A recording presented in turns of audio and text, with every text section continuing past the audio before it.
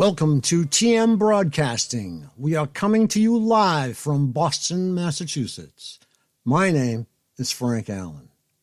It's April the 8th in the year of our Lord, 2022. Tonight, Sacha Suter and I will interview a very great guest, NSA whistleblower, Karen Stewart. And I'd just like to read a short passage here.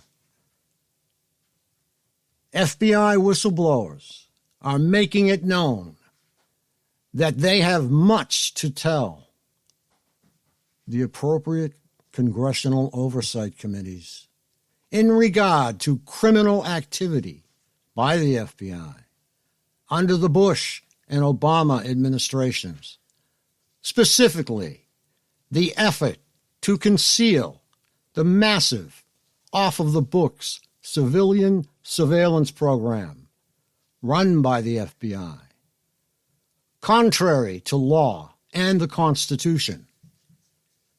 Sources in the know, specifically a retired National Security Agency intelligence analyst, Karen Melton Stewart, and retired FBI Special Agent Gerald Sobey, have previously described the war which the FBI has been waging on America in order to forward its own police state agenda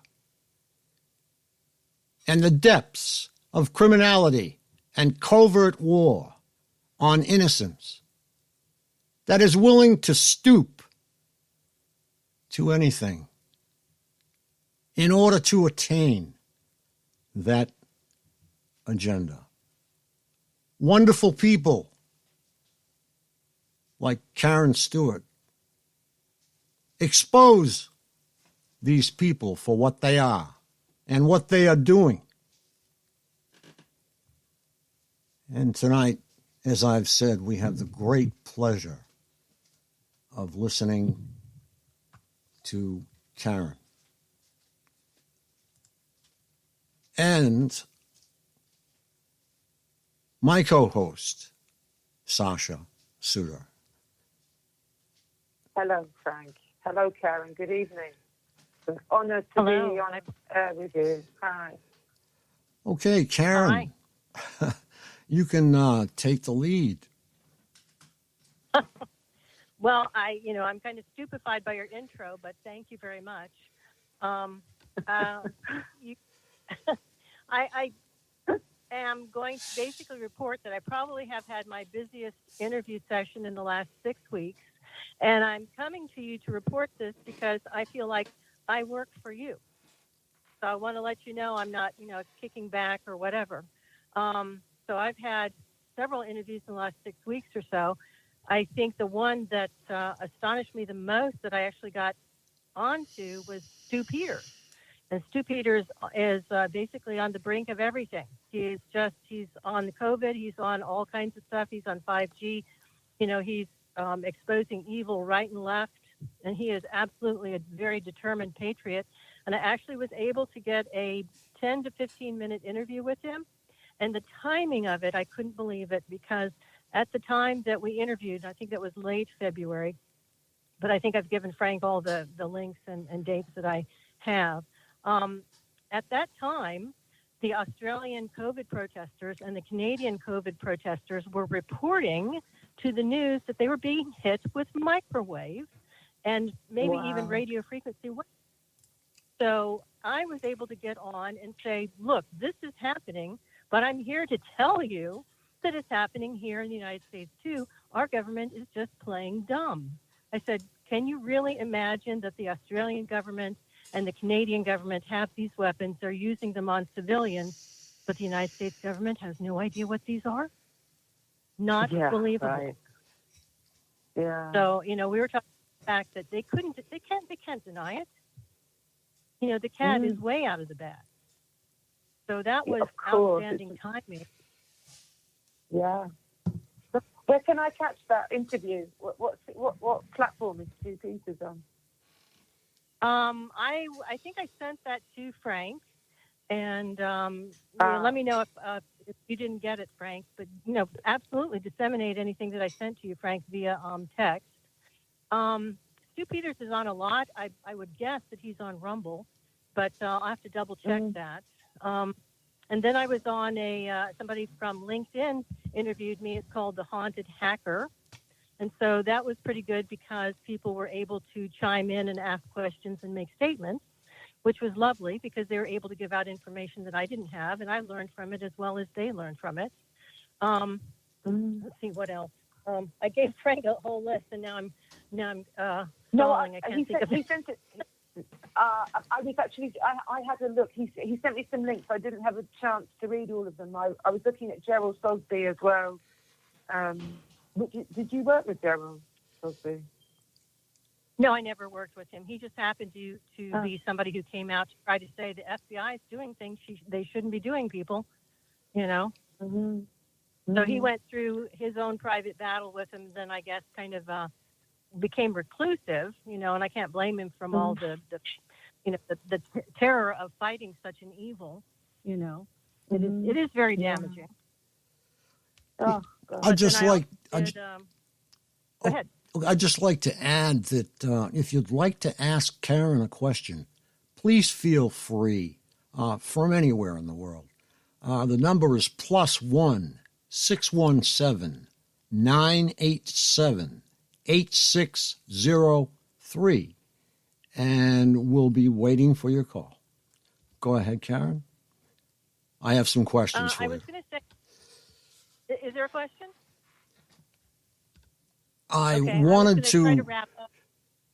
Okay, go ahead. Go ahead. No, I was just trying to say that there was a gentleman who contacted me who had co-authored a book in the 1990s in regard to these weapons. He actually contacted me through LinkedIn and told me about the book that he had co-authored. Unfortunately, the other man has passed away. But he said, I wanted to talk to you because we feared in the 1990s when we learned about these weapons that they might be used for evil. And I said, you bet they are. And so he interviewed me. And then he said he was going to write an article as well. So I still have to hear from him. I'm not sure if his editor liked the topic, but I'm hoping that he was able to do it because he said it might take a few weeks to get back to me because whatever editor he has in, I think, Nebraska, keeps his work private for a paying audience and for so many weeks and then releases it to the public. So hopefully that's just what's going on and he wasn't told, no, we don't want that subject. But another thing that I did is I released probably the 5th or 6th article on Activist Post in regard to this situation, and that was called Havana Syndrome in Your Neighborhood. And again, I basically emphasized that the Canadians and the Australians are saying, look, we're getting hit with directed energy weapons. So how is it our government is saying, oh, we don't know anything about that? So that was an article that people can point to. Like I said, I can't remember. No, there is another. I think James Fromm on LinkedIn had yet another, like a Zoom meeting where we discussed all this. So, I've been pretty busy and trying to do right by you guys, trying to get the message out. And I think this is an especially important time to get our message out because people are starting to believe that these aren't sci-fi weapons that are in people's imaginations. They're seeing very clearly, no, they exist. They're not being used wisely. Karen, we appreciate the proliferation of the Havana Syndrome, the State Department email, actually, and we have proliferated it everywhere. And I think that every TI in the community should write to HIRTF@state.gov. It's like a bar of gold on a silver platter. I'll tell you because it's the only time that I know of that the United States government has reached out to the people. And with that questionnaire, when you fill it out, you'll be on a very special list. And that is actually very good evidence as well. Sacha, you care to comment? I know, I just concur with you. I think it's imperative that we get representations of what we're going through and get them filed. And it can only help to, as Karen was just saying, it's like incremental triumphs, small incremental triumphs that are going to lead to full public awareness. Yes. But let me bring you up to speed on what has gone on with that effort. Another lady and I wrote to the State Department, and that made them start sending out questionnaires to people. And then we were passing on those questionnaires, the blank questionnaires, to other TIs to write in and send to the State Department. The FBI panicked, and they told the State Department, you're not to give out these questionnaires anymore, and you're just going to send whoever tells you that they're victims to our FBI hotline. And if you use the phone, you don't get that. You don't necessarily have any record that you've called in. And they informed the State Department. And by the way, all those people are delusional. Okay, that is just absolutely outrageous. But what I told people, I said, go ahead and write to the State Department email that I gave you, for the task force. That's what it's for. I said, you request a diplomat questionnaire anyway. And if they say, no, I'm sorry, the FBI is handling it, then we'll give you the questionnaire. You send it in to them anyway. And, there's nothing they can do because that's a public record. And then later we hope that, the State Department will say to the FBI, gosh, we had 500 people who gave us questionnaires saying that they were victims. What have you done to help them? Oh, and then the FBI is probably going to say, we didn't, nobody called in, so nobody's been hit. So they'll be caught in a lie. That's what I told people. I said, get the questionnaire anyway, fill it in, send it in anyway. Yeah, this absolutely. is proof of the FBI. Yeah. Yes. It was my understanding, and people have still written in and gotten questionnaires out of there, still to this day. And I still believe that it's one of our strongest things that we can do, because it doesn't matter. It's recorded. It goes on a list. It goes to different countries. It goes everywhere. So I think it was a brilliant thing to latch on to, Karen. And I also think it's something we should stick with.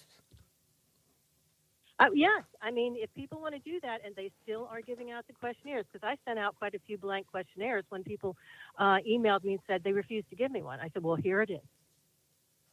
You fill it out. And the questionnaire is geared toward the diplomats going to a certain place and being hit there.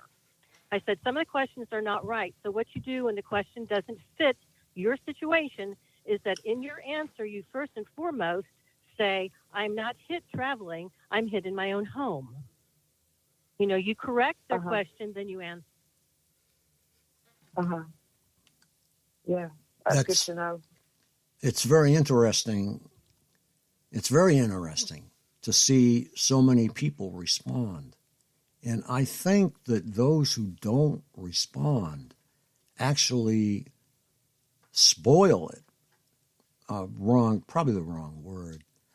But they may throw a wet blanket on it simply because they are not showing the true number of TIs in the community. And if they do, if everyone fills it out, no matter what, all of us will be in there. Yeah. Yes, this is a window of opportunity, because the cat is out of the bag. They cannot deny that these weapons exist. They cannot deny that they have been used to harm innocent people. And when the diplomats started coming home from China and Cuba, the news started to report that they were facing break-ins and attacks in their homes, but suddenly the news quit covering that. And I've always said, you cannot say the Chinese and the Cubans followed these people home to attack them. That is outrageously ridiculous. So that's one of the reasons they tried to shut them up. But this is our window of opportunity to show how many of us there are, and that this is not mass delusion, because frankly, there is no way that, let's say there's 3 million of us.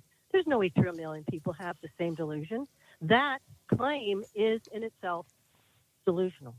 That is not psychologically sound, It's not. Because look at all the different people, the different races, the different, 2 different genders, various ages. And it could be a fisherman in Maine. It could be a cowboy in Texas. It could be an insurance salesman in Nebraska. They all have the same delusion? I don't think so, because they all had different upbringings. Various religions or none whatsoever. There's nothing in common to give them a common delusion. So that, on its face value, falls flat. Yes, it does. People are coming from all walks of life, and the amount of TIs are increasing, or is increasing by the day.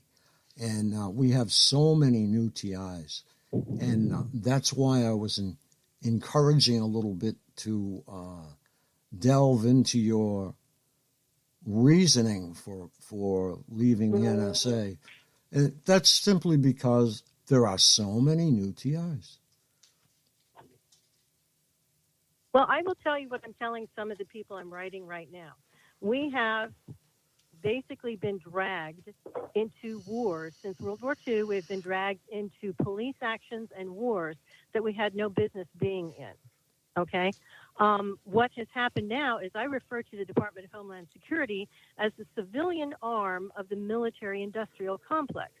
In order to make money, they have to bribe politicians and generals and people like that to go get in a war over somewhere, overseas somewhere, so we can get all this money from the American taxpayer for weapons they don't need, war that doesn't need to be conducted. But you know what?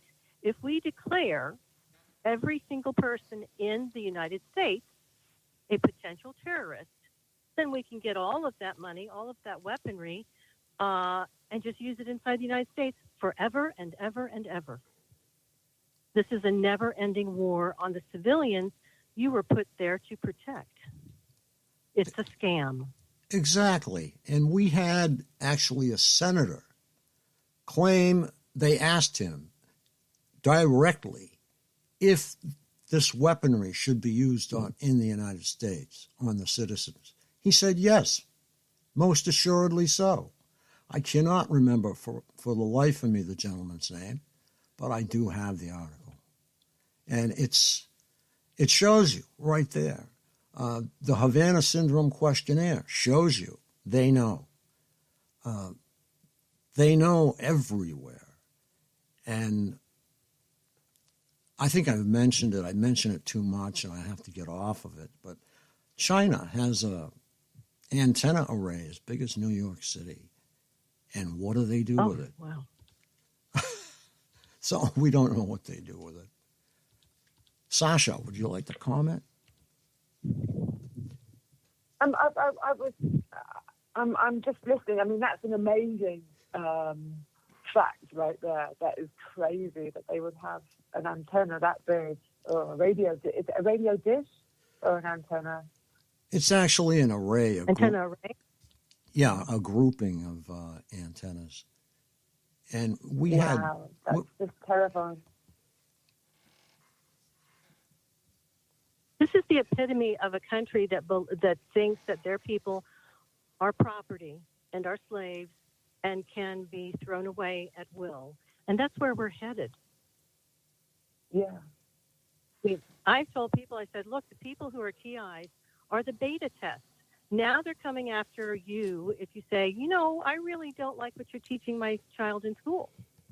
Then you're a terrorist. Give me a break. If you have a bumper sticker on your car that somebody doesn't like, then you're a terrorist. And they talk about microaggressions, which basically is somebody imagines that you were aggressive in the response in a small, tiny, insignificant way, but that's indicative that you're really a psychopath killer. The reasoning behind making every single person a potential terrorist is insane. They just want to be able to war on us and control us in a police state and treat us like slaves. Yeah, it's a It's an totalitarian outrageous state. Yes. Yes. Yeah. That's where, Yeah. if we don't fight it now, it's too late. I mean, we're a hair from too late right now, but that's why I say, do what you can. I mean, everybody can do something. And just figure out what it is you can do. Don't do something that endangers yourself. But, I actually had one guy leave the neighborhood because I sent out 100 flyers, 100, okay? Cost me $50 in stamps. I sent out 100 flyers identifying this scam, the Homeland Security scam, and he was a bigwig in the neighborhood trying to, basically have people stalk and harass other people. And he got exposed and he moved. Oh, great. Wow. Oh, that's amazing. So if you can get a flyer, and you don't have to walk up and get somebody filming you, leaving it on their doorstep. You just get a stamp, you put it in an envelope, and you send it. You don't have to put your return address. You don't have to sign it. But you can alert certain neighbors what's going on and make them have questions. That doesn't endanger you. Yeah. I mean, just think of something that you can do, Yeah, there's many things we can do. Like August the 29th, you don't have to go to Washington. You can go to your own capital and have a peaceful protest there. That's our intention here in Massachusetts. And I think that will go off like a hedge. And we're not getting any calls in. I just tried to call in myself, and I didn't connect. So something's going on there. We always have something going on. Well, supposedly Washington is empty. I've heard people on video say that they're down in D.C. and certain buildings are boarded up that should have federal agencies there, but there's nobody in the building. So something is going on. And people have said, well, why don't you write Biden? And why don't you write people in his administration? I said, because I don't think it'll do any good. I think something's going on there, and I think this administration is going to be out before 2023. Something's going on. I agree, too. This administration is, for one thing, stifling oil production in the United States, then going to Saudi Arabia looking for a deal. And I guess the Crown Prince will not even pick up the phone anymore. So we're seeing a very interesting stage of events happening in this administration. And so the Keystone Pipeline, that they chopped that. They chopped oil leases. I think at this point in time, he sold off a bunch of oil leases in the Gulf. And he has discouraged banks from supporting homegrown oil companies. But yet, he will go after other countries to sell to us. So he wants us to go into debt. And at $4.50 a gallon here in Massachusetts, thereabouts, and that's for regular. For premium, forget it. It's above $5, 5 and change. So wow, nobody's doing us any favors here. Do you have a comment, Sashi? Sorry, sir. I was just amazed at that price. That's crazy. That is just really shocking to me. I think a number of people... It people... may go up more. Go ahead, Karen. No, it may go up more. We're entering into a phase where if you look into history, the Soviets basically starved to death about 6 million people, didn't they? When they were trying to force communism down their throats, they starved to death about 6 million peasants. to subjugate the rest of the nation. And I think we're looking at the same thing because I saw reports from farmers, I don't know, 2-3 months ago that said, you'll never guess what, but the administration is contacting us and saying, if you do not take your crops and plow them under, then you will not get any money for next year's crops. And what does that do? That not only means that you and I do not have the corn, the potatoes, the radishes, whatever that we need, but the cows, pigs, chickens don't get the feed that they need, and they will go to slaughter, meaning by next year, the number of cows, pigs, chickens, et cetera, that we have in the United States will be drastically reduced, and that'll take a while to come back if it starts to come back next year.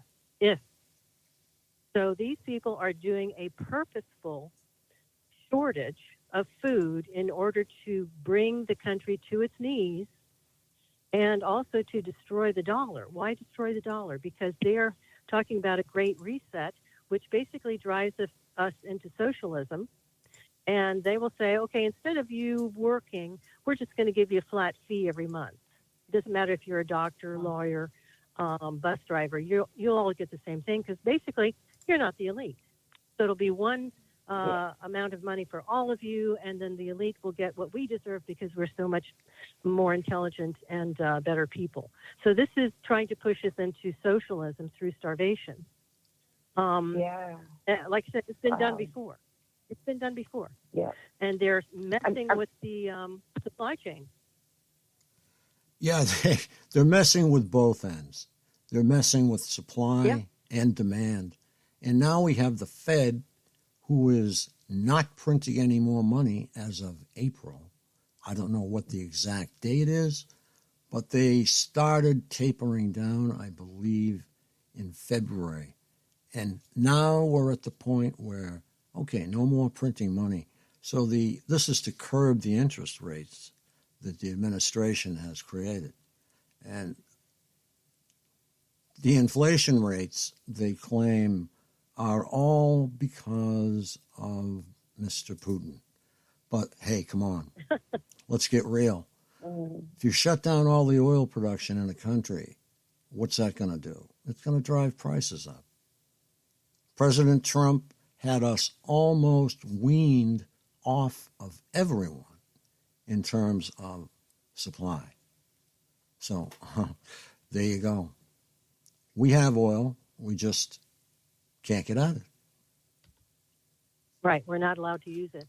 And the higher the gas goes, of course, anything delivered to your store is going to reflect that. You know, the $4 item is now going to be $6 at least. You know, so that drives up everything. And I feel sorry for people who have a commute to work because they're basically they're working to pay their gas bill and not much more. And they're basically predicting more inflation. So I would tell people, if you have some spare money, number one, buy some silver, silver coins, because that's going to skyrocket. That and gold, I think, is going to skyrocket. When the dollar starts to plunge, then gold and silver are going to basically skyrocket in value. So if you can get a few coins to tide you through, please do. Otherwise, try to stock up on canned goods and buy anything you absolutely will need in the next year. Try to buy it now at a reasonable price so that you don't look at it, a $20 item as $100 next year, Wow. So do try to store up food where you can. Yeah, I had a point. May I say something? I was just thinking about the social problems that will be created by this enforced poverty. There'll be an increase in criminality, and that will further support them in their aggression against us as people, because there'll be riots and all sorts, and that will, in the media, they'll misrepresent that and say that we're, revolting. But the truth will be, it'll be people starving and fighting for their human rights. Yes, it's diversion. If you are fighting to survive, you're not fighting them. Exactly. Yes, that's correct. And we have nations We have Lebanon right now who just went bankrupt. There's nothing on the shelves. They turn the power off most of the day.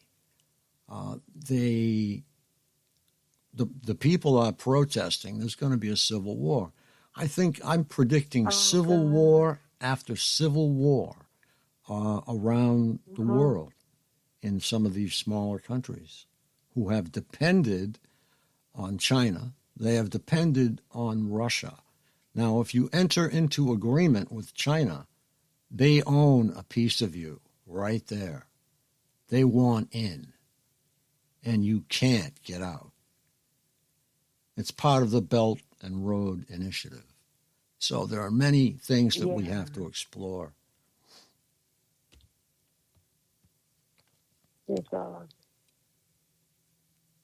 Yes, basically New World Order trying to subjugate the world, you know. Yeah. Yes, they do. They want to take over everything. And I just wanted to bring up something that I've been researching lately, and that's the fact that right at the top of the moneymaker in the world is organ harvesting. Now, the Chinese have gone so far as to collect all of the data concerning DNA of every person in the United States. That is fact. If there is a Chinese national in this country, they will not hesitate to come here and kidnap this individual and bring them back to China. And if they go to prison, they are subject to organ harvesting, naturally without their permission. Yeah, they've been caught doing it with the Uyghurs. The Uyghurs are a minority in China that I believe are Muslim. And they put them in prison for not bowing to the Communist Party, and they have been organ harvesting those people. People will go to China to get a much cheaper organ, like if they need a kidney replacement. It's much cheaper than here, but I don't know that they understand that it's like a lobster. You basically need an organ, they go in and kill somebody for it. I don't know that they understand that. Their logic, they don't have any. They're looking at something as a bigger picture, but they're not pushing the right buttons because their country is falling apart. China they turned off the electricity and the oil power plants for the Olympic Games. Now, what do you think that did to the population? They have people welded into their homes there. Welded. Bars, welded over their sliding glass doors. So, it's come to proportions where China is going to get kicked out of the United Nations as well. I'd love to see it. As you know, Russia was just voted out of the UN Security Council. And how can you blame the Council for kicking them out? They are slaughtering millions of people in Ukraine. I didn't want to go down this road, but I'm glad we did. But to get back to targeting in the U.S., we have many people coming forward. We have people trying to call in here right now, and they can't get in. And I really feel that really bothers me because I've spent a lot of time on this, and it did work flawlessly. It's just something stupid. A reboot would probably cure it, but I'd lose all of you. So I can't do that. So we have to make a sacrifice. But I encourage people to keep trying, and what I'm not seeing are the calls on my screen.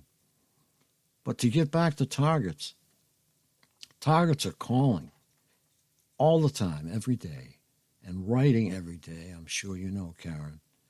And they have to be helped. You got to try and help. And the biggest thing I tell them is educate yourself.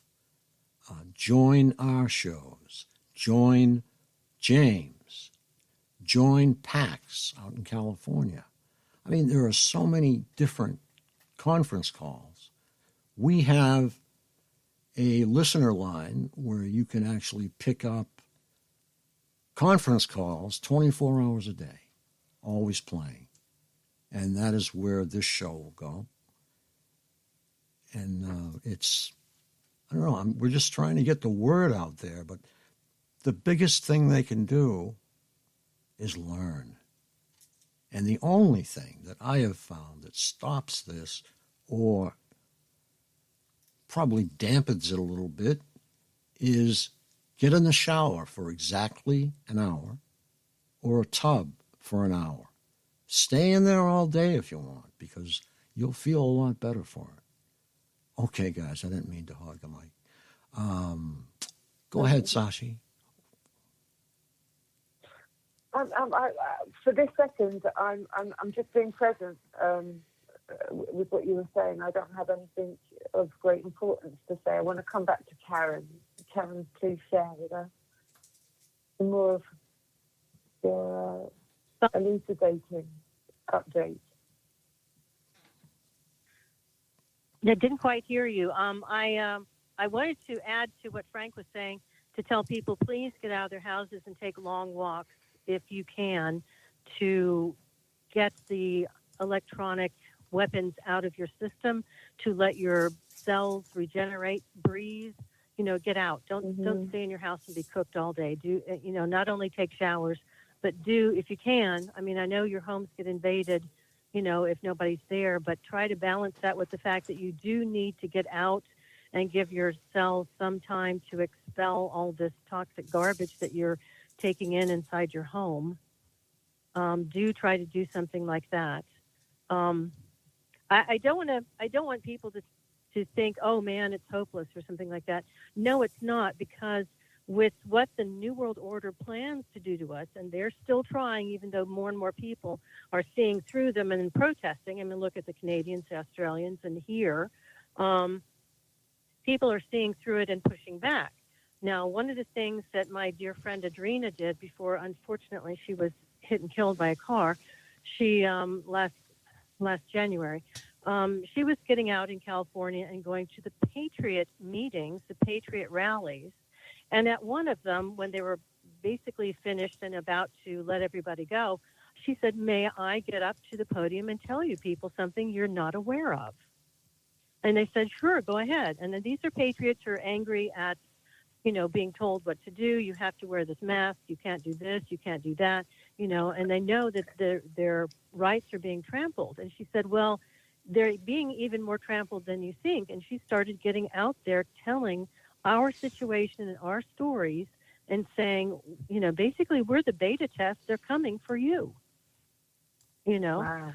So patriots, and these are people who are not targeted like we are. These are, John and Jane Doe next door, basically totally normal people with, until now, good lives, and they're starting to listen. And had not all this garbage been going on with the diplomats and other things like that, they probably would have blown it off. But now that, the diplomat chaos and, the Havana Syndrome, et cetera, is in the news, they're listening. So people are waking up. Brilliant. So do I think it's hopeless? Yeah. No, not in the least. I think these people are going to get beaten into the ground. Now, it's going to get rough. And I told you guys about the food shortages and supply chain mishaps, purposeful, because I want you to be able to stock up and be ready, so that you can get to the point where you and I enjoy our victory and our vindication. That's coming. So I want you to hang in, and I want you to have hope. And if you have the time, do go to YouTube and Rumble and different places like that and listen to, you may be a Democrat, but the Democrats have betrayed you. Start listening to people who call themselves patriots, because they are basically pushing back. And that is our hope. And to wake more people up who are pushing back is not a bad thing. So I keep trying to speak out. And like I said, I'm not writing Biden and his administration because they're part of it. But I am picking out those people who I think are real patriots. And that could be Tulsi Gabbard, who is a Democrat. And it could be, Rand Paul, who is a Republican, but not all Republicans, not all Democrats, of course, are bad. But you have to pick carefully who you write to. They have to have shown that they give a damn and that they're not there for the money. So do continue to write or do things, but pick your audience very carefully, but don't give up. Oh, Karen, I wanted to tell you that we have a gentleman named Dave Rupel. I think you've heard of him. He has a device. Yeah. We went down to Virginia, and unfortunately, the device wasn't ready for testing. They had jack issues with it. But I think it is something to look at, and I'm going to support it. And it's something. Maybe you could give David a call too. And I know James from FFTI is been in contact with him, and as far as I know, he is helping to build more pieces. But it's something that it looks to me, I had the cover off the device. It looks very professional, and he has used very expensive parts in terms of the frequency modules. He says the antenna, the 9 antenna array that he has, does not have to be frequency specific, but it is quite a unit. And I think it's something that will turn out to be potentially a lifesaver in the community. It's improved on daily. Yeah. It's very impressive. You've seen it then? I agree. It's very impressive. I've seen it. And I had a report back from a woman who bought one that it was working wonderfully. Yeah, we looked at it down at Fort Lee, Virginia. The device, I think, is very professional, very professionally put together. And, yeah, it's a winner. It's going to be a winner, I think. David is very, very responsible. He is continually updating software on a daily basis. And he will be on the phone with people all day long, checking to see if that improved, if that negated the effect. But he has been right there for the people. So I got a vote in there for David. I like I said, I'm very impressed and I'm very thankful for the people who are technical. I'm not. I mean, people say, well, you worked at NSA, you must be able to hack and you must be able to do... No. Basically, I wrote reports for the techies, because sometimes the techie is perfectly wonderful writing reports, and another may be terrible at writing. So basically, that's what I did at NSA, was write reports. I was not technical at all, and if I had to report on something technical, I had to, go to an expert and say, could you dumb this down for me in layman's terms, so I could write the report for other laymen. But I am extraordinarily grateful for Dave Rubel and for Amy Hollum and people who have put themselves out there for the community to tackle these technical issues that so very many of us are not gifted in. So I can only praise those people and others that I probably just don't even know about, but I'm very thankful for them. Well, we have many out there that are working. And the younger generation is starting to come in, we'll say, from the millennial generation even. They're starting to get involved. That's why I want to make certain that we go back to MIT with our protest in August, simply because we'll be training the young engineers. Robert Duncan last time was nice enough to give us like 3 to 4 cases of books, and we passed out books. And Allison Ireland and I put that together, and it worked well. We went back actually 2 years, and it was fantastic. But I have to get with her still and get the name of that small store that we used. or take a ride by. Probably be the best idea, take a ride by. All approaches help. One approach won't do it. It's got to be a myriad of approaches. And it's got to be a myriad of contributions. Exactly. And every one, there are no bad ideas. There are just different ideas. If somebody has an idea and they think they can make it work, hey, we'll be right there trying to help you. And we will help you. But if somebody plans a meeting in Washington 30 days away, it's not going to work. 90 days away, it's not going to work. 6 months away, it's not going to work. That takes at least a year or over a year to put together so that it works. And Midge Mathis, Richard Lighthouse, and Susan actually did a fantastic job putting that together. That was 2018. But it went over very well. There were like 100 people in one restaurant every night to talk and, it was like a pub atmosphere and have a few drinks. It was great. I mean, we got to meet TIs from all over the country. So it was fantastic. So that's what we need, but it takes time. We can't, I'd like to go to Washington with 1,000 people, not 100 or not 300. 1,000 people. And we have them too.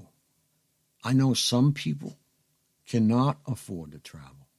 Some people can't do it. It's just not going to happen.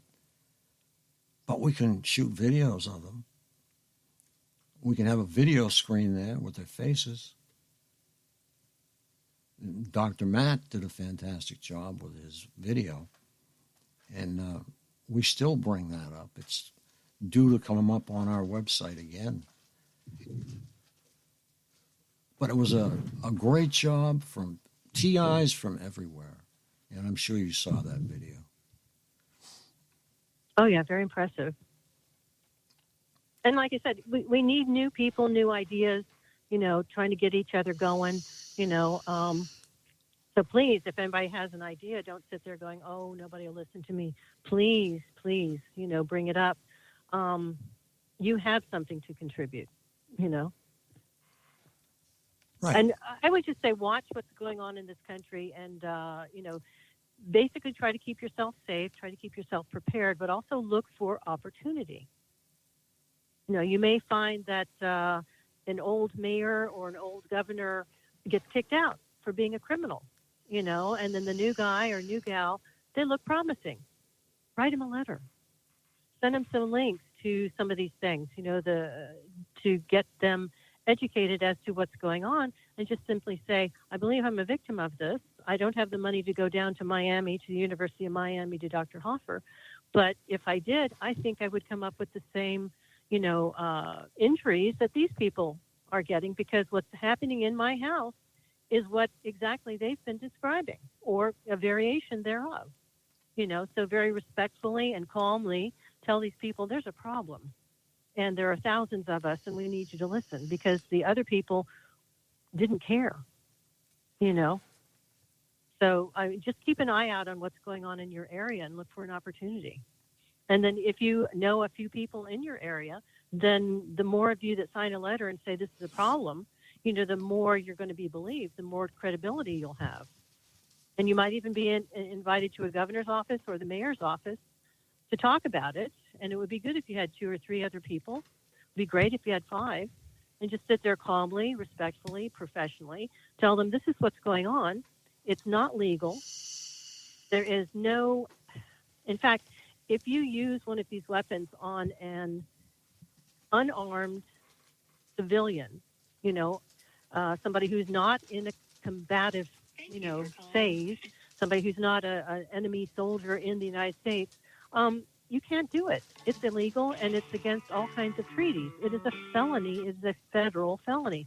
Now, some of the legislators you talk to, and they say, well, that's a federal law. Okay, well, then why don't you pass one that is a reflection of it in state law? So that's one approach to take to them. Show them that there are laws that say you can't do this to people. Remind them of the Constitution, that the 4th, 6th, and 8th Amendments basically say you should be safe in your home without any kind of intrusions. You need to be accused publicly of something. And the 8th Amendment says you can't be punished with cruel and unusual punishment. And you must especially cannot be punished before you're found guilty of anything. So there are things you can do locally and challenge what's going on. So keep an eye out and watch for those opportunities. Mm-hmm. Yeah, I think that I just wanted to add that I believe Midge Mathis will be a really big asset in Arizona because she knows everyone in government in Arizona. So I think you will see her running for office in Arizona. And we've got... We'll cross our fingers. Yes. And we've got Richard Lighthouse in Texas, who's doing a really great job with gatherings there. I think he has a gathering once a week. So he's working hard. So we've got a lot of TIs in the community that are really putting their nose to the grindstone. And it's great to see. It really is. Sashi? It is, and this is the time. I'm here, sir. I'm just listening. Oh, you got to say something. Yeah. I'm just relieved to hear all of this sort of like proactive and reaffirming, conversation, because it's what we need is hope. I need hope to get through the night, and for everything that we suffer, that it goes towards helping the next generation. I was actually thinking, as you were speaking, about a neuroethics bill that has been brought up into Chile. It's interesting within the field of what you do. Sometimes we don't talk about the fact that it's our data that is being collected from all of this, which is like another gold mine on top of organ harvesting. It's also the neurological responses and the physiological responses, because it's biotech interfaces, neural interfaces and AI systems that are benefiting from all of these neural connections that are being collected. So I always think that it's great to enforce or encourage people, and myself included, to look at neural rights bills and to start petitions on places like change.org to get your friends to sign, and we as people, and it's also there's a neuroethics.com. One of our colleagues, Lizzie, posted it, and it was so well put together, very, very convincing, and elucidated the technological advancements and how we need protections to protect our mental privacy as humans in this current epoch of time, our neurological rights, our right to privacy, and also for the DNA, for the human genome in general. We are under attack in that area. Yes, we are. And yes, I mean, Go ahead, there are Karen. articles that you can send people links to show that there is progress being made. I mean, Chile is just astonishing in that they, took the bull by the horns and said, we're not going to put up with this. I mean, it's just marvelous. And you can piggyback onto that and other bits and pieces of progress being made to make your point. Yeah, absolutely. Good point. Thank you for pointing that out to me as well. Mm-hmm.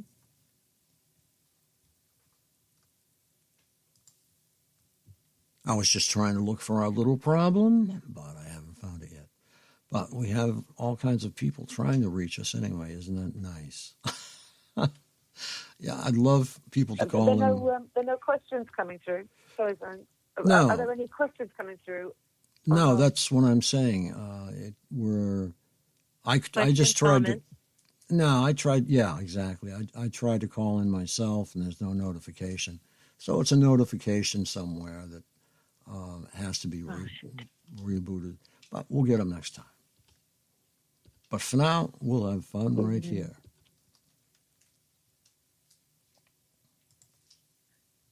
Well, at this point, I may bring up something controversial. We may have. I mean, I know there are people who think that that the Ukraine-Russia situation is one thing, that it's just basically Russian aggression. But when you dig into it, there seems to be a second alternative narrative, which people, I'm going to put that out for people to consider.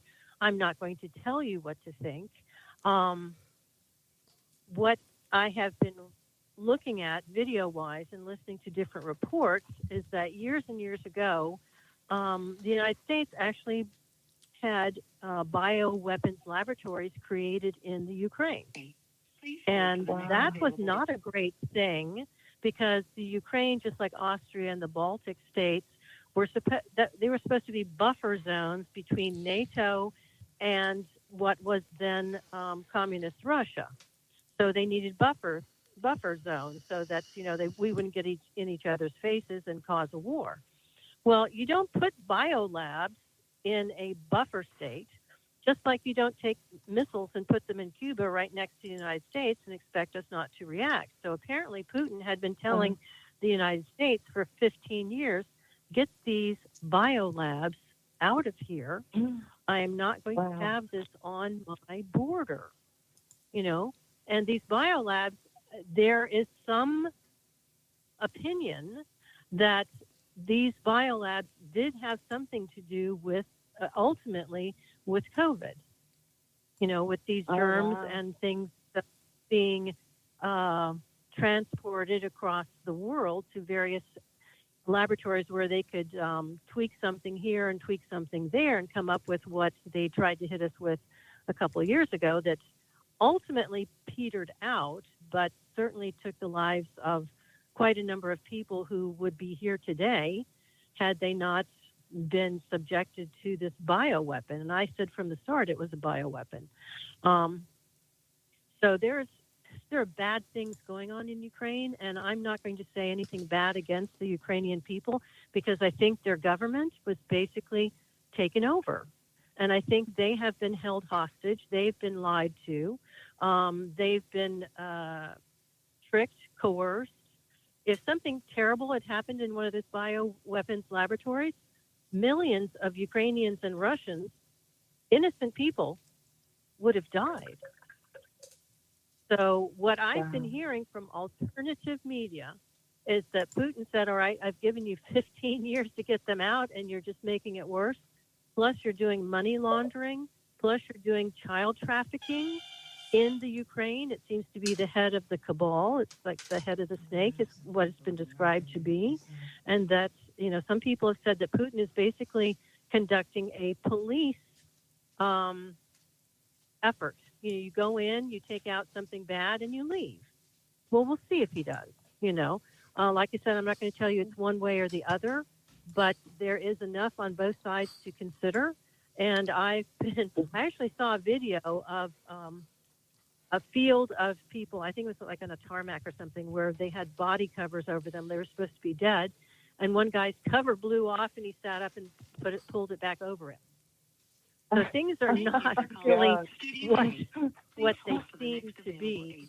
And I've heard people being interviewed in the Ukraine saying that some of the Ukrainian army is actually shooting civilians in the back and blaming the Russians.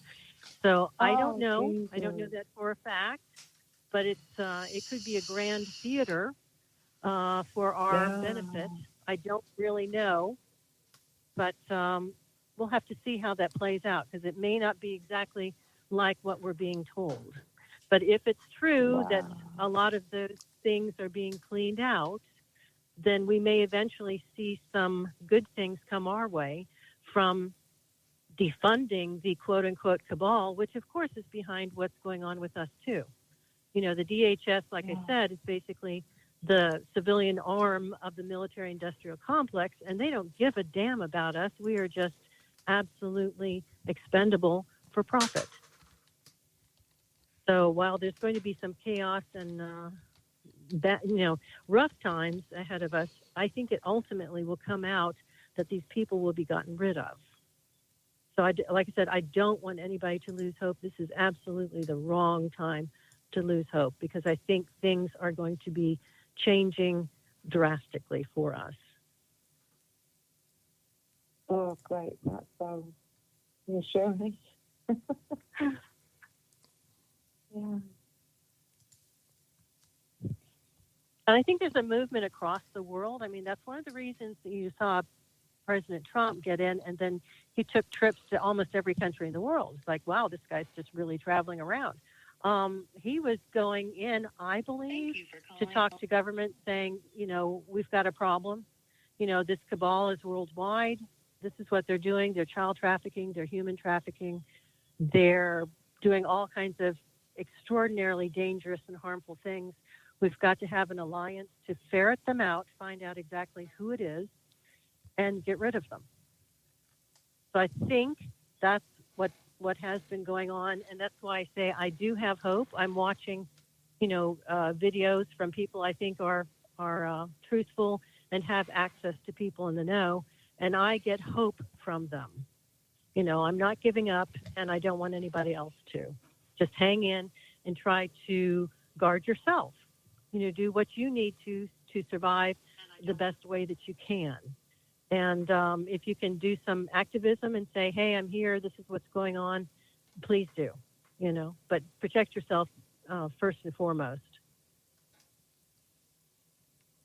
Exactly. I was curious as to whether you knew anything about the Nazi component that keeps coming up from the Russians. Yeah, I have a friend who is Ukrainian, and she's very offended by that. She said, Karen, the Ukrainian people are not Nazis. And I said, no, but there seems to have been a contingency that formed a couple of battalions that aren't actually Nazi, and they're pro New World Order. I mean, New World Order, you can basically put in the same, bowl as Nazis. They seem to be serving them, and they're the ones wreaking havoc. And I forget the name of them. There are two battalions, I think, that are very Nazi-leaning, but that doesn't mean the people are, and that doesn't mean their entire military is.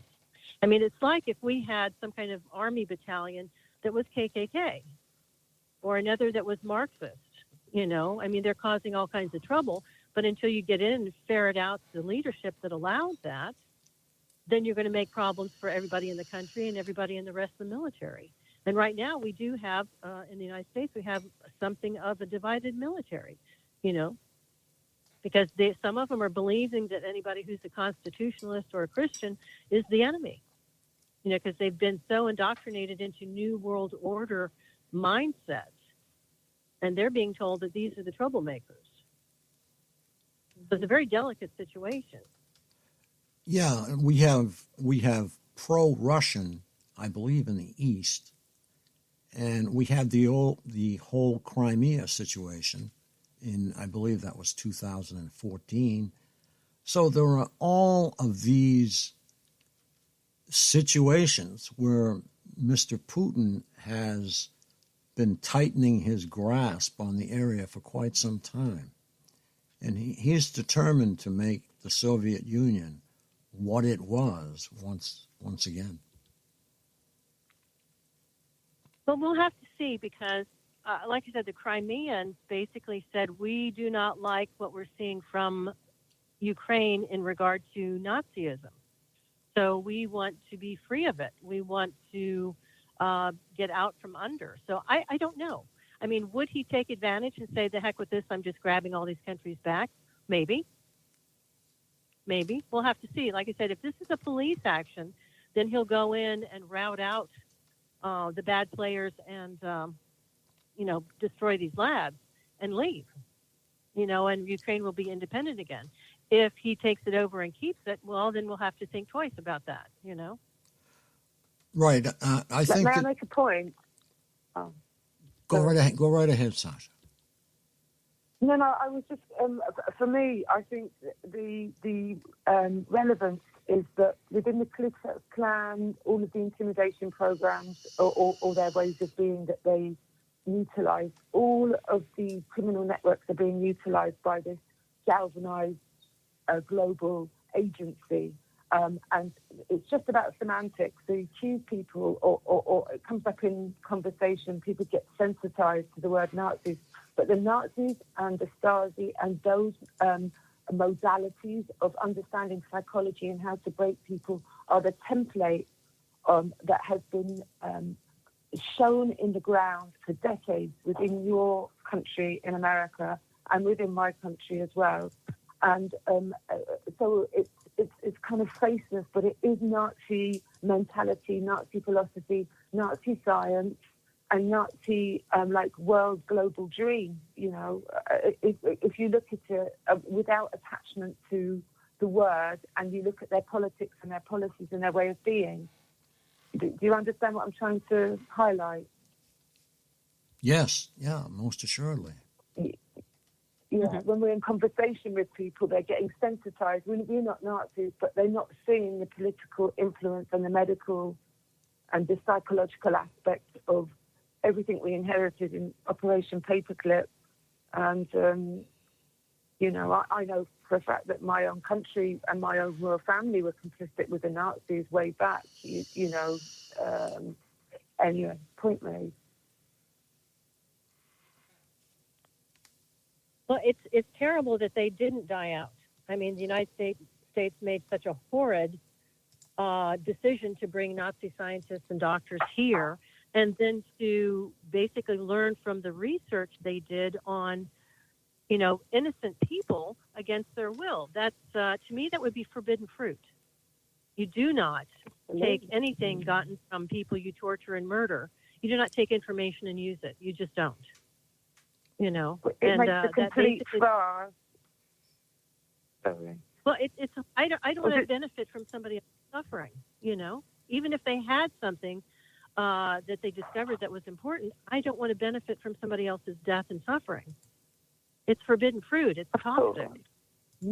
Yeah, but it makes a real joke of the Nuremberg trials, and it helps people to see, I think, what and how ridiculous all of that was, and what was driving the American intelligence to bring those scientists over. It shows a need and maybe a fear, driven by fear, for the ultimate control system of the human mind, for all of the experiments that were being done.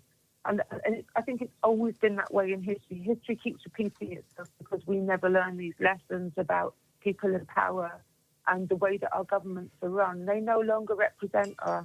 They should be answerable to us as the people, and instead they're criminals involved in exploitation of all of the people. We are, as you said, a commodity.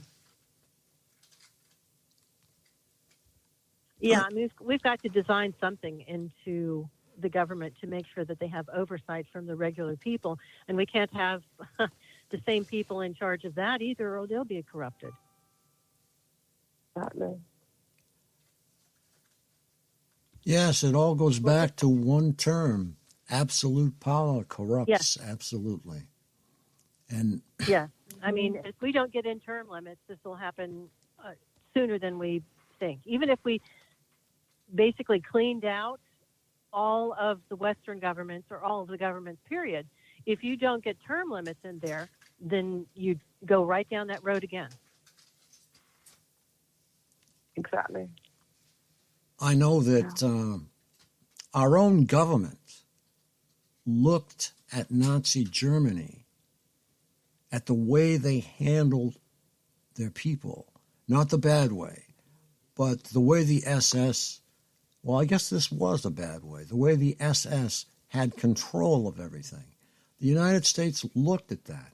And if you notice, today, the state police have an SS type of a hat with a very tall,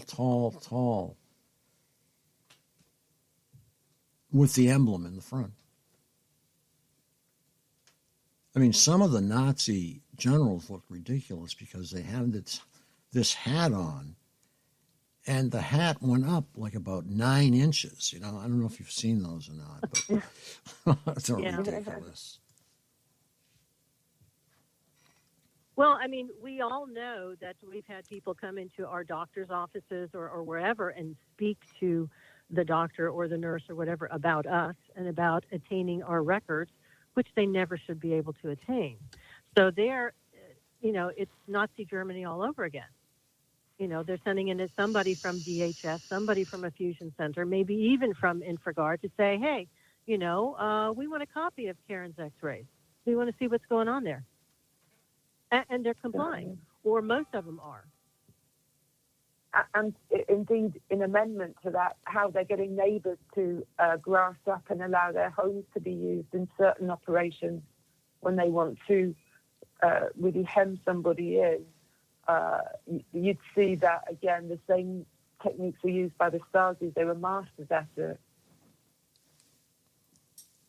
Oh, yeah.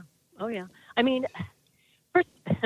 I've discussed this so often with people, and I am absolutely astonished at the thought that somebody with a badge or some kind of indication of authority could come to somebody's door and say, hey, Susie Smith next door, we think she's done something horribly wrong. Well, what has she done? Well, we don't really know. Well, why do you think she's done, what are you telling me this for? Well, because she's done something so very horribly wrong, and she's so sneaky about it, we can't actually get proof.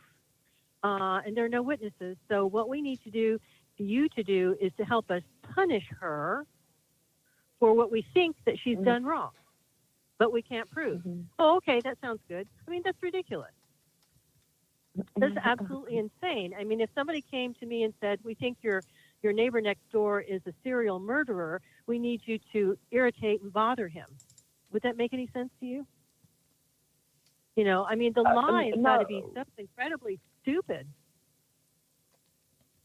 Yeah, but I think what it illustrates in our personalities when we haven't evolved as people is that we're sheeple, and they're very easily led. And there's a spite in the common collective dark psyche, the shadow aspect of the human.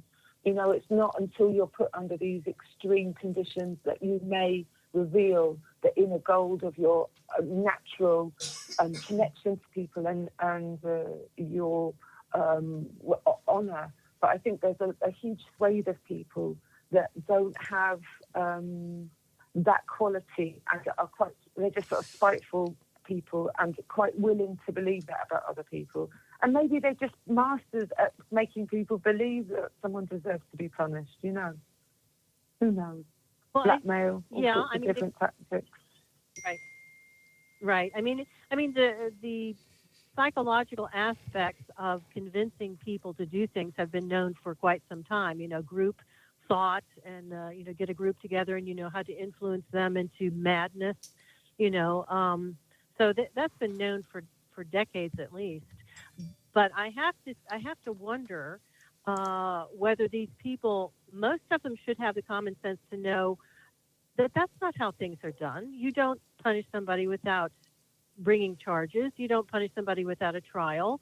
But I think that the combination of the badge, showing a badge or the authority, and offering them an unbelievable amount of money, I think it makes them wash all of their misgivings away, to say, oh, of course, yes, oh, Susie Smith, oh, yes, well, she's, frowned at me a couple of times, so I know she's an evil person, so I'll be glad to do this for you for $1,000 a week, I mean, I think they talk themselves into it for the money.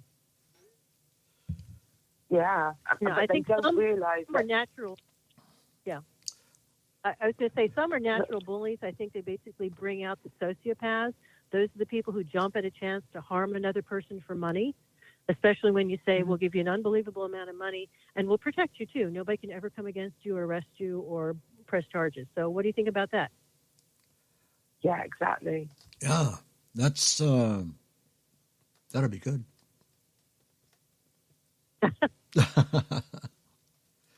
But there's so many inconsistencies and illogic to convincing people to do this. I mean, if you think somebody is really a psycho, a killer, and then they tell you, oh, by the way, try to bring a young child or an elderly parent with you when you auto stalk them, so that you'll have plausible deniability. Would I really stalk you with a young child or my mother in the car? And don't just ignore the fact that we told you they're a psycho killer, and don't worry about your mom or your child. It's just insane. Mm-hmm. Yeah, there's something else I wanted to go over that's wrong with this country. The independent businessmen of this country think it is correct and a very good thing to give away DOD secrets to China. They think this is wonderful. We have some Chinese countries already in this country doing business, and they are collaborating with others, and a lot of these companies have been forbidden, as you've probably seen, to do any business with China because it's directly in conflict. Like they'll put a station or their building right behind a U.S. Air Force base. And, and they're not spying, are they? It's crazy. Well, yeah, the lax attitude is just shocking.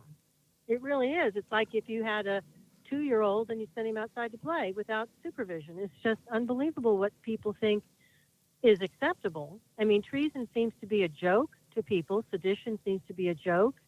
And insurrection, which is exactly what these people who are guilty of, hitting us with weapons and even spying on us, they're all guilty of insurrection, sedition, and treason. And that doesn't seem to faze them. Like, that's not a big deal. Well, it needs to be a big deal.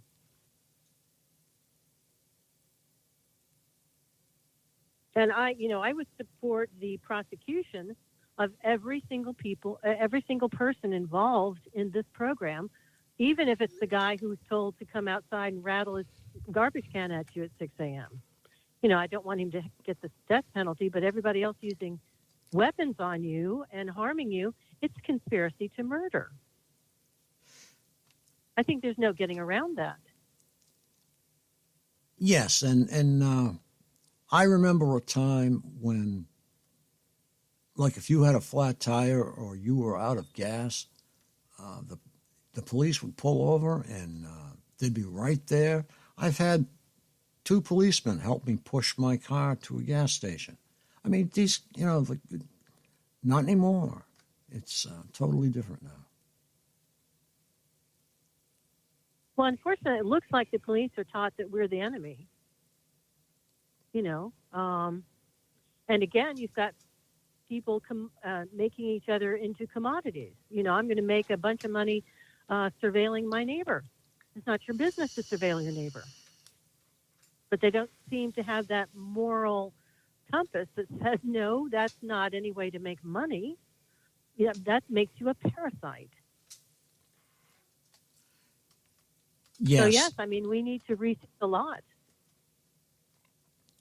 And I thought it was, just to get back to Ukraine again, they wouldn't let Ukraine join NATO because they were afraid of Mr. Putin. Well, I'll tell you what, we're going to have to be more afraid of him now because we're helping the Ukraine, but we don't have boots on the ground there. Maybe it's just as well. But at the same time, this country has never had boots on the ground since the Revolutionary War. So, with that, nobody knows what it's like in the U.S. except for the vets that come home. And the vets come home and get shit on, excuse my English, but that's what happens to them. And I think that every vet should have a new home, a new car, and never have to work again. That's what I think, because they risk their lives. Just like you, Karen. You've risked your life. In the NSA, I don't think you should have to ever want for money. That's my opinion. well, I wouldn't go that far. I mean, I think the vets basically got out onto a war grant, in the middle of a war and could have been shot at any time. And the most I've risked my life is to tell about what was going on at the NSA. That I wasn't really in danger of being shot at my desk. At least I don't think so. But I do thank you for that. But people have asked me, well, are you especially mad because you worked for the government and they turned against you, stabbed you in the back, et cetera, et cetera? And I said, I've thought about that, but I find myself more pissed off that they think they can do this to a mother of three or, somebody who's working at a bank or somebody who's a nurse.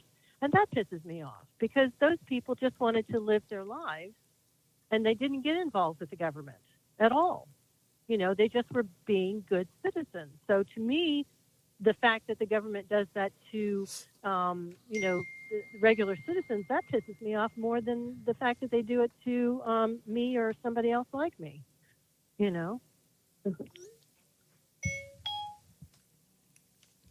Okay, Sacha has just returned, and she has a lot of interesting viewpoints on the way things should be as well. And once we get her up to speed again, maybe she can get into some of this. But we were speaking about American companies, hundreds of them, who are actually dealing with China, making money hand over fist, Tesla included. And they don't hold any loyalty to the United States. They don't care as long as they're making money. So, learn Chinese. And, some of these professors at the colleges and some of these researchers have sold their findings to the Chinese, but they did it in a sneaky way, knowing that they shouldn't have been doing it. So those have to be dealt with as well. Yes, and it seems to be everyone gets away with everything. I think it comes back to your point, Karen, about the super elite. Because if we see in China how advanced the technology is, how AI is taking over the top positions, we know about roboticization and transhumanism and where it's all being pushed. And we also know that there's a huge program to depopulate the planet.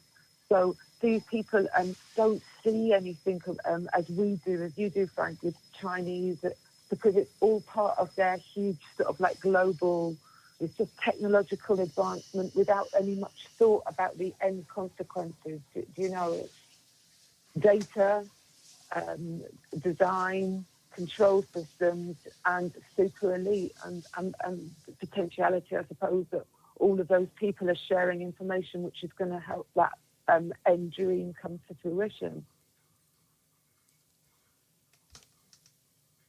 Well, the whole New World Order idea that they need to depopulate the world and keep only X number of people for slaves and have only X number of elites is so totally insane and impossible that I cannot believe they haven't thought this out beyond a yard. Because if you depopulate, I mean, right now, at the beginning of the world, every single human being was rich with DNA, absolutely rich with DNA. I mean, people who moved into the northern climates and didn't get a lot of sun, their skin lightened. The people who moved to Africa and got a lot of sun, their skin darkened because the DNA in them said, this is what I need to do to survive better. Like if you're in the northern climates, you're in Sweden, and you have dark skin, you're not getting any vitamin D from the sun. So the skin had to lighten so you get the requisite amount of vitamin D. So the body was rich in DNA and it knew what to do to survive in different climates, right?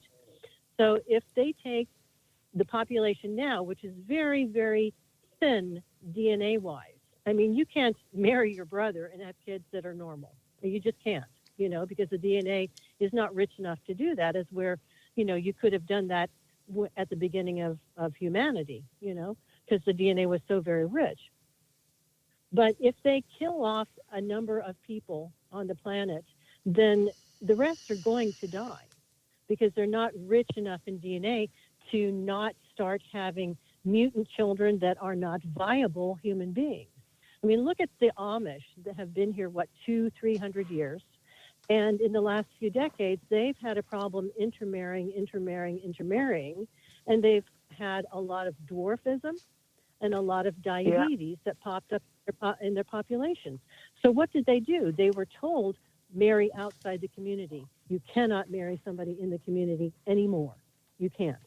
So they've been going out and recruiting people, saying, if modern life really has you down, we offer something, totally new, as far as your experience. Come and enjoy something pure, get back to nature, get back to God, join our community, and keep us going. And that has been working very well, But these New World Order people don't understand that if you kill off all these people, you're down to a very thin amount of DNA that will not be viable, in my estimation, probably not more than 200 years.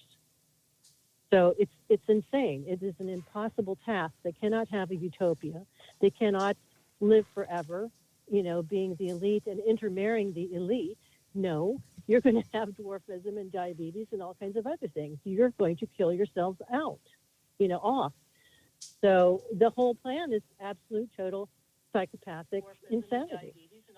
It won't work. Even if they succeed, it won't work. It'll be a dead planet, human-wise. Yeah. I guess they're thinking, though, that they're going to use CRISPR and genetic modification, because that's why we need protection in the laws, not just from a neural aspect of our being, but also from the human genome and DNA, because of CRISPR and because of the modifications that are possible when you get into breeding and human design. It will be bespoke humans. That is the dystopic potentiality. I'm not speaking in definitive terms, but the more that I look at science, it's just off on a complete trip, and there doesn't seem to be anybody with their hands on the reins. Even Elon Musk says that, about AI, with all of the conversations that he has with the world shakers and the movers who are creating this dystopia down here on Earth. Well, I don't think the technology they think will save them will do it. If you make a Xerox of a Xerox of a Xerox, you're starting to get that wording or that picture blurred to death. Once you've done that Xerox from a Xerox from a Xerox from a Xerox from a Xerox, it doesn't show the image. You can't read it. You can't tell what the picture was. And I think that's what they're going to find if they go down this road. I don't think it's going to work the way they think it's going to, and it's just basically suicide. I think you're right. Another thing they're doing, too, is they're adding more and more pig parts. Pardon the expression, but they're using pig kidneys out of pigs. They just did that. Not in this country. It was in Europe somewhere. And that's great, but what does that do to your DNA? Are you eventually going to take over what's there, or is that going to contaminate you? We'll have... the interesting... Yeah. Well, it's going to come out somewhere or another. I saw a story about a family in India, and no question they're Indian. And this one married couple had a red-haired, light-skinned, freckled little girl. All right? The mother did not have an affair. Definitely the genetics showed the father was the father, the mother was the mother. And what led to this was that hundreds of years ago, there were Celts, some people know that that's from Ireland and Scotland. There were Celts that moved over into that area of the world and settled in and got absorbed by the culture. And both of these people apparently had some Celtic genetics that combined and created this little girl who was, Celtic much more than Indian. So genetics are fascinating, but you don't want to mess with, because you don't know what will come up Absolutely. later. Yeah. I know. Yeah, there's a lot of mutant type things going on in the world, as you mentioned. And the gene pool is getting, as you said, kind of thin. And I hope that's something that we can preserve. If you look at it this way, we have a seed bank for flora. We should have a seed bank for fauna, like original British, original Irish, original American Indians, or Native Americans. We should, and original Native Africans, we should have a gene bank, if you will. And I think it may be too late for that, but I think we can go back to the original countries and get just that. What do you think? Far-fetched? Yeah, I mean, there's great beauty in all indigenous and all global people. Yeah, I agree with you. Yeah, they lost, actually, the American apple. They lost it. They had to go back to the seed bank to get it. So that's an example right there. It had mutated and been crossbred so many times that the apple was gone. The original apple. Yeah, and I mean, I worship DNA. That's how I've survived some of my targeting, is thinking about the awe and wonder of different enzymes and proteins making different animals, genetic types, different organisms. You know, it's just incredible. It's a divine intelligence, and obviously I believe in the creative force of that intelligence being, which we sometimes refer to as God. So yeah, the arrogance of mankind and the disrespect that's been shown to different people from different social groups throughout history is so upsetting to me. But I think, it would hopefully, and no doubt it probably is, no doubt there's some rich, twisted character who's got a data bank of all human genomes. Who knows? The experimentation with the crossbreeding of animals and humans has been going on for decades, and that's why the courts have always denied animals sentient rights, gorillas, larger mammals. They've not been able to, in court, get legal, definitive status as being sentient, because if they did that, it would make all of the experiments that they've been carrying out on crossbreeding even more illegal if they were to get caught for it.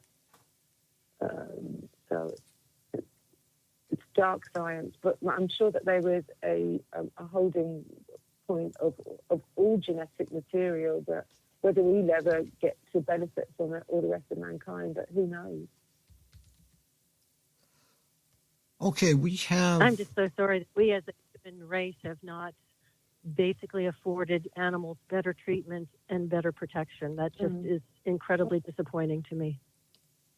Isn't it awful? It's disgraceful. I've just, in these last couple of weeks, I've just tried to get myself disciplined to stop eating dairy again and meat. It's just convenient sometimes and cravings, but I've definitely felt that there's been a raising of my vibration from not eating that torture, like you said, Karen, because we're eating the torture of those animals because they're not treated correctly.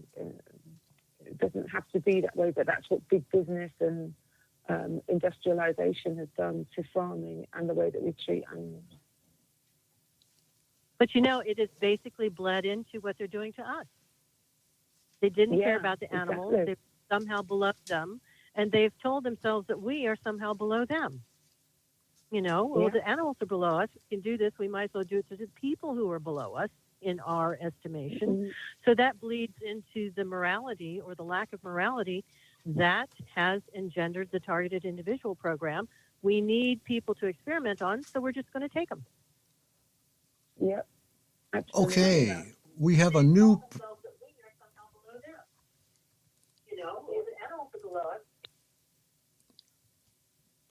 Okay, Linda.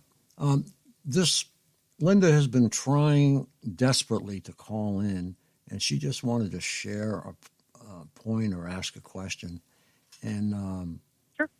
Okay. All right, go ahead, Linda. Go ahead.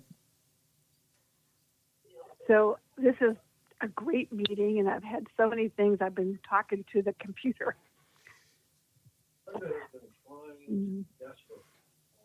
It's hard. I'm hearing him on my iPad as well as here. Should I mute my iPad? Yeah, it might echo, but it doesn't seem to be. Okay, it is right. excellent. Oh, is it? Okay. Okay, I'm going to mute my iPad. Hang on. Okay, it sounds like you have a gentleman in the background. No, it's you. It's you. Oh, okay. I just I had my iPad. That's where I was on the meeting. Okay. So this is such a great. I'm like so excited that I was able to participate in this meeting. And Karen, thank you. Thank you for being there. I mean, I appreciate what everybody's doing, but to be an NSA whistleblower, I'm a senior level federal employee, and I'm probably going to lose my job very soon. And no. But I'm going to retire anyways, and just say forget it. I'm done with y'all. But Okay. Because of the gaslighting from the gang stalking. Oh. And I know.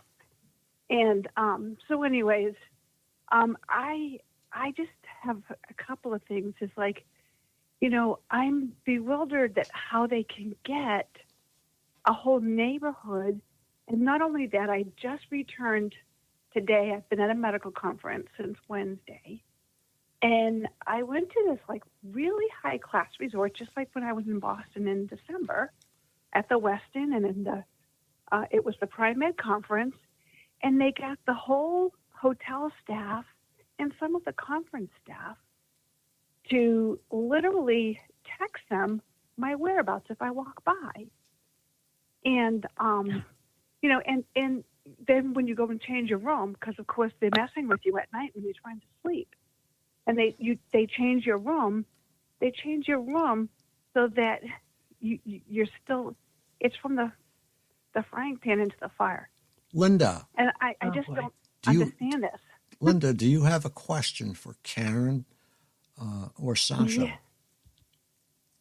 And I did, and I'm trying to remember the initial question that I had. Karen, what was it that your whistleblowing thing was? Because I didn't hear. Okay, it's a two-parter. First and foremost, I was in line for a promotion, and then I found out later from a promo board member about a year later that my name was taken off the promotion write-up and another woman's was put on it. And she had said, "What did this woman do on your project?" And I said, "Nothing at all." So I was rather astonished, and I asked for an investigation. Well, when I asked for an investigation, I thought it was just basically dishonesty or whatever. And it turns out the woman had been sleeping her way through upper management, and they had decided to reward her with my double promotion and to continue to get sexual favors. But then it got even worse. It turned out it looks like the people protecting her had connections to Israel and that she may have been a Mossad honeypot. Well, Wow. After that, basically I got fired, illegally fired. And a while later, I was basically talking about it on Twitter, and a high-ranking NSA official got angry because I said that I had been at NSA during 9/11, and 2 days afterwards, I had talked to an intelligence analyst in a nearby office who said we tried to warn them about 9/11 for about 6 months, and they told us to shut up. So he was angry I was putting that out on Twitter, and at that point, the gang stalking, et cetera, basically turned into electromagnetic assaults. So that's kind of it in a nutshell, kind of a 1-2 phase. Okay. So my question, you may not be able to answer this question because I'm really not sure what your level was or your position at NSA. I did go to the FBI office here where I live. I met with a special agent and told them that, I was a victim of this crime. And the agent says, well, who do you think is doing this to you? And I said, well, according to my research, it's y'all. And their jaw hit their chest. And I presented some evidence that caused some grave concern from this agent. So I was promised that it was going to stop. That was January 13th. And it hasn't stopped.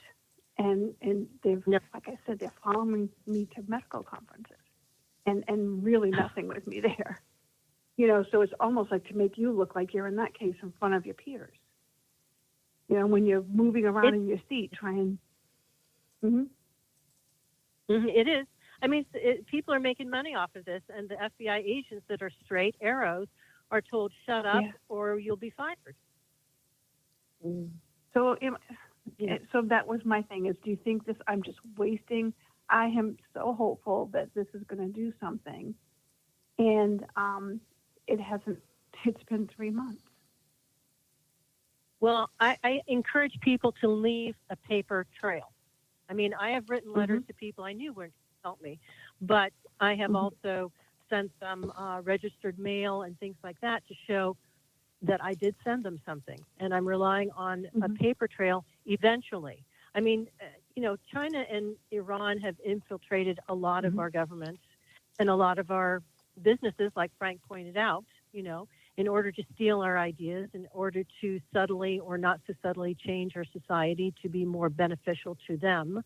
But these people are, from my understanding, again, I mean, you can dismiss it or not, from my research on the internet, it looks like the quote unquote white hats are basically trying to get these infiltrators out and get the people out who have sold themselves out to these people, the mayors, the governors, people like that. I mean, a lot of governors got called to the Pentagon to say, what were you doing, basically making deals with China? What are you doing? And so there is a concern on a certain level, and I think those people are going to win out. And I think anywhere you can leave a paper trail, do. I mean, even if they don't get back to you for a month or a year, this is going to be on record, and somebody will have to answer for it. I mean, this is what they're doing to us also is human trafficking. So they're making money doing this to us. So everything they own, whether they're a business or a private person, let's say a business is helping them harass you. Well, that person is going to lose their business, but they're going to lose their house, they're going to lose their car, they're going to lose their savings. Okay, because it's human trafficking. And human trafficking, the penalty for that is to have all of your assets seized. And if you're found guilty, then all of your assets go to a big pot for your victim.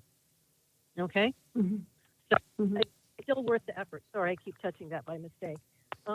It's worth the effort. Continue to do so. So I will thank you. I appreciate the encouragement because, what they've done is they started targeting my daughter as well. She's an adult, but still. And but I, again, was assured that it would stop for both of us.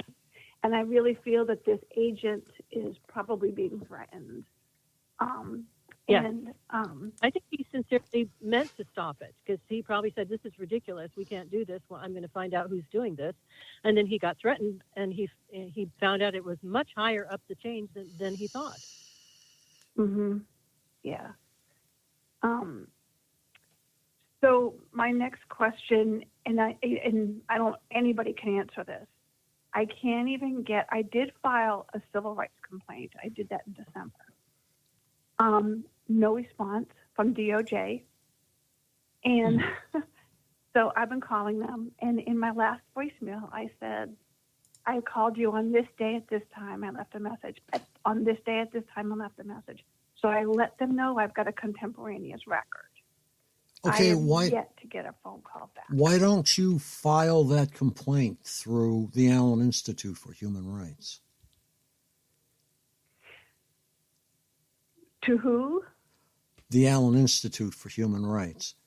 That's the human rights arm of Targeted Massachusetts. Okay, I will do that because I went through the route of DOJ, Department of Civil Rights. And then I cannot get an attorney to even help me doing a FOIA request. Well, and that's... And you talk to attorneys, they hang up on you. Yes. Well, I'd be more than happy to submit your report under our badge, and it will get looked at. Okay, I'm going to write this up. Frank, I've done enough OIG investigations for them on the medical side, and so I know how to write up a report, or I know how to write up something so it'll raise red flags, and that's why I'm really concerned that when I'm making these phone calls or when I filed that DOJ complaint, there was stuff in there that were really red flags. That should have prompted an investigation right away. And here we are, 5 months later. Well, let me put forth this possibility because I think there is a tremendous change coming to these agencies. They could be in flux. I saw that somebody we think is still in charge, at the Pentagon, General Milley. Mm-hmm. I saw on a supposed report that he actually was arrested for treason.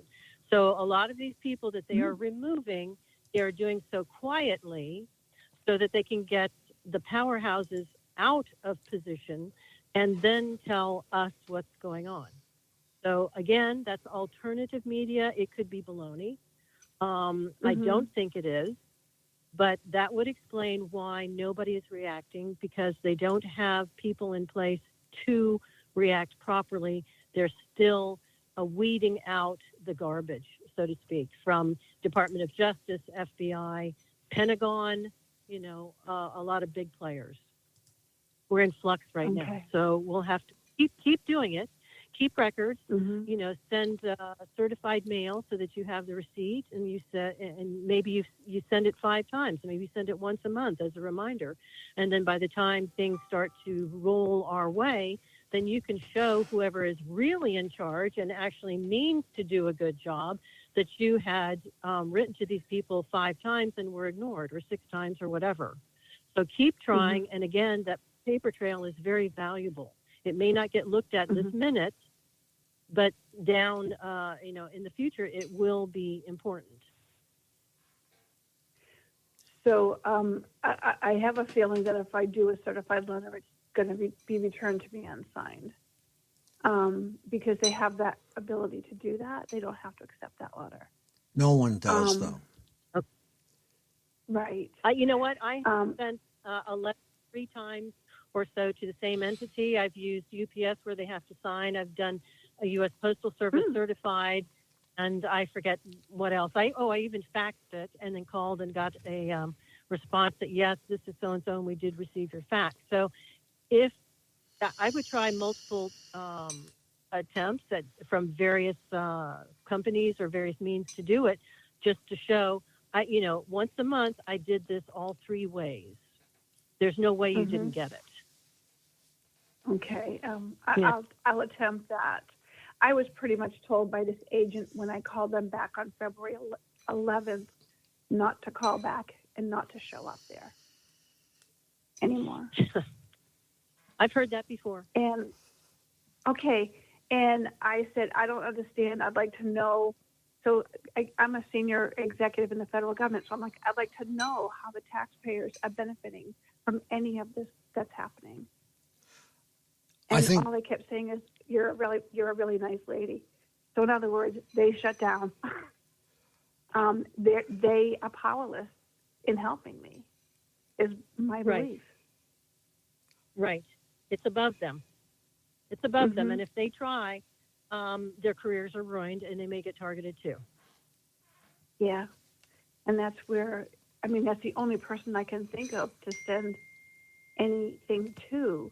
But I think it's going to end up messing with them as well. But I don't care. I need to protect myself and my kids.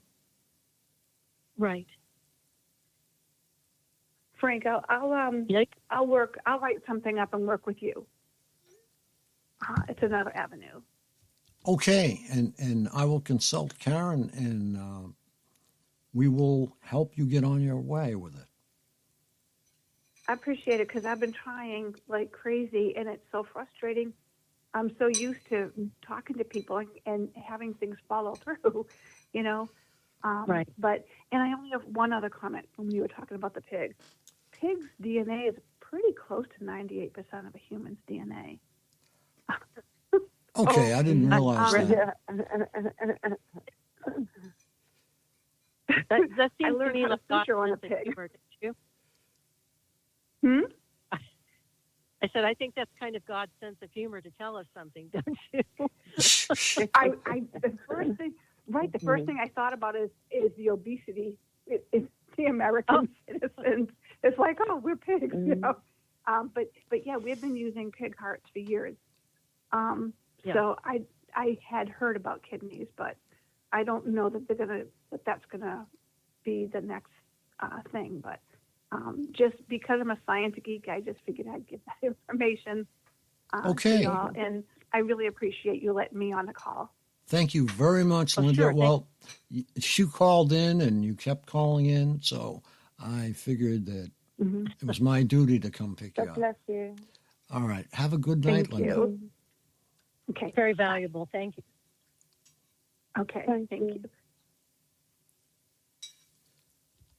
Hi, those are the type people I get calling that need help. Now she's way up in the government, and it's useless. Sashi, comment? I mean, I just identify with her plight and her frustration, you know, and also because of her daughter, on so many levels. I'm just, my heart, you know, I'm just happy that you've got the platform and you want to help her to file, you know, because again, it keeps the torch of hope alive within her, you know. And I agree. And any time anything is filed, registered, it's a notch on your belt. You know, it's NGOs sometimes can help out, which means non-government organization. And sometimes we can help out where the individual can. And anybody that wants some help, we're here. That's why we're here.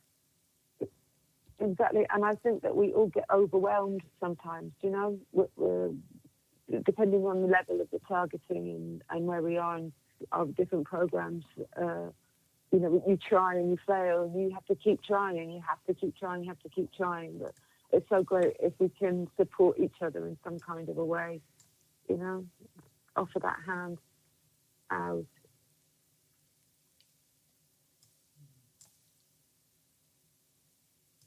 Well, you know, there's no shame in getting tired and just kind of taking time to yourself. I mean, I do that kind of routinely every so many days. I'm very active, and every few days in between, I just kind of do other things.